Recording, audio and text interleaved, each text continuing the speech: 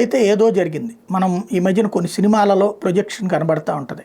IFS అంటే foreign services అధికారులు కావచ్చు, సైన్యానికి సంబంధించిన అధికారులు కానీ వేరే వాళ్ళతో కుమ్మక్కవడం, అది పట్టుకున్నప్పుడు వాళ్ళు ప్రాణాలు తీసుకోవడమో లేకపోతే వీళ్ళు చంపేసి చేయడమో ఇట్లా జరుగుతుంటుంది. ఇప్పుడు తాజాగా ఢిల్లీ అయితే అదే నిజ జీవితంలో జరుగుతుందా లేదా తెలియదు కానీ తాజాగా దేశ రాజధాని ఢిల్లీలో విదేశీ వ్యవహారాల శాఖ ఎంఈఏకి చెందిన ఐఎఫ్ఎస్ అధికారి బలవన్మరణానికి పాల్పడ్డారు. శుక్రవారం ఉదయం తాను నివాసం ఉంటున్న భవనంలోని 4వ అంతస్తు నుంచి కిందకు దూకి ఆయన ప్రాణాలు తీసుకున్నారు. చాణక్యపురి ప్రాంతంలోని ఎంఈఏ సొసైటీలో ఈ ఘటన చోటు చేసుకుంది. అధికారిని జితేంద్ర రావత్ 42 ఏళ్ళు గుర్తించారు. 2011 బ్యాచ్కి చెందిన ఆయన కొంతకాలంగా కుంగుబాటుతో బాధపడుతున్నారు, చికిత్స కూడా తీసుకుంటున్నారని అధికారులు చెప్తున్నారు. సొసైటీలోని భవనం మొదటి అంతస్తులో జితేంద్ర తన తల్లితో కలిసి నివసిస్తున్నారని పోలీసులు చెప్పారు.